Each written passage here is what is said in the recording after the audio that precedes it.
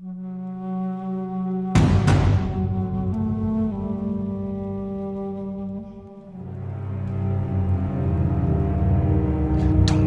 make a sound. Quiet. This way.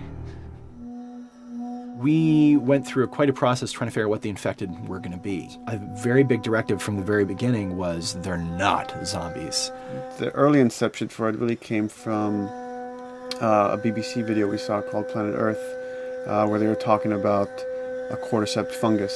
As soon as we saw it, we were intrigued by the idea of what if it jumped to humans? In what interesting ways would it take over a human body and then force it to spread that infection? And we figured that the real evil in the game is the fungus. It's not the people. We want to see what kind of choices a human makes under that kind of pressure. There, see him?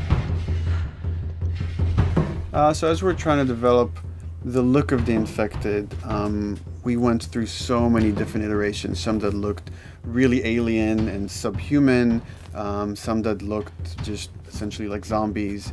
And we couldn't find like an original place for them.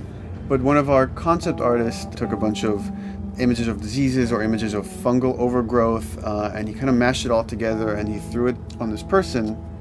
It was definitely very challenging to try to convert that 2D concept into 3D, getting kind of the feeling right from all different angles. This isn't some decaying corpse on the ground. This is a living thing that's going to be coming after you in the world.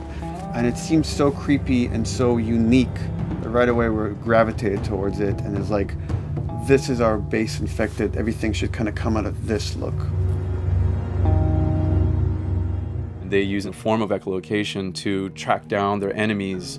Just like bats, or even some blind people can see by making a clicking sound. They're like, oh, what if they make this sound and now they can see in the dark? A sound that on its own wouldn't be very scary. And then to associate it with something that people in this world are very fearful of, so that as you're exploring an environment, all of a sudden you hear this click and you're seeing everybody just get frightened, just everybody duck, everybody hushes.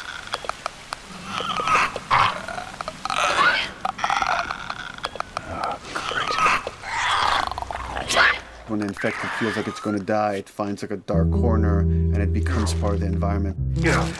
The fungus grows out of there, and if the fungus lingers there long enough, then spores will come out, and if people can breathe those spores, they become infected as well. Pretty much everyone in this world has had one of their loved ones at least become the infected, so they lost someone this way. It's a pretty brutal fate if you know, you're headed down that path. You've got some hard decisions to make.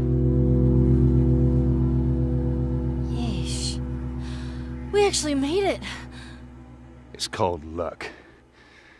And it's gonna run out.